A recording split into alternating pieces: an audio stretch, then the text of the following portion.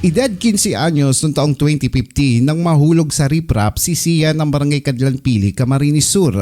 Ang buong pag-aakala ni Sia at kanyang pamilya, simpleng pilay lang ang kanyang tinamo kaya nila ito binaliwala. Ngunit napansin ng pamilya ang pag-usbong ng bukol sa bahagi ng kanyang dibdib.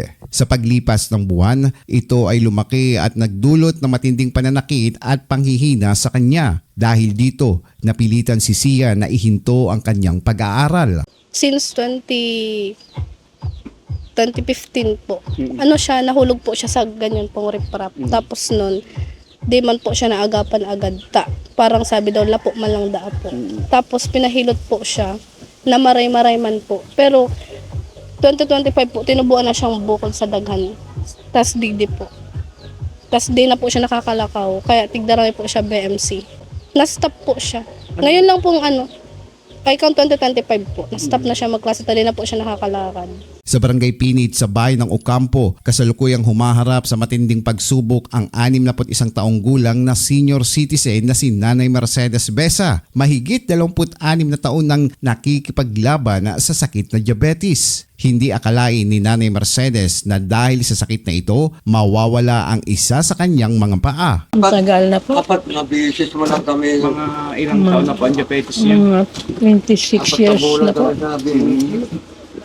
Tapos kami, na-hospital ako ng September 9. Kumusta? Ngayon lang 25. Oo, kumusta po ang kalagayan niyo ngayon? Ang hirap po. Bakit po? Hindi po makalakad. May sakit pa ako sa mimi.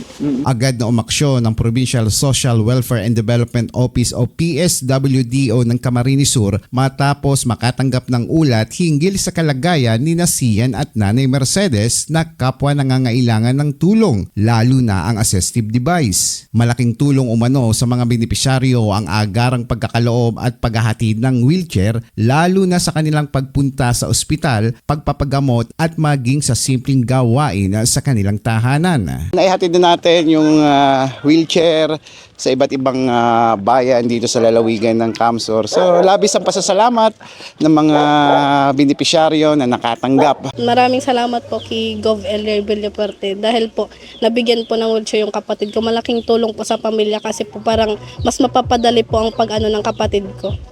Thank you so much po. Salamat po, Gov. Elry, sa wheelchair na binigay mo sa akin. Makakalabas na ako sa bahay. Hindi ako nakakalabas, hindi ako kaya ng asawa ko. Kaya hanggang dito lang ako sa pintuan. Ngayon po, makakalabas na po kayo. Ngayon, makakalabas na po ako. Kaya maraming salamat, Gov. Eli Balbin, CSN.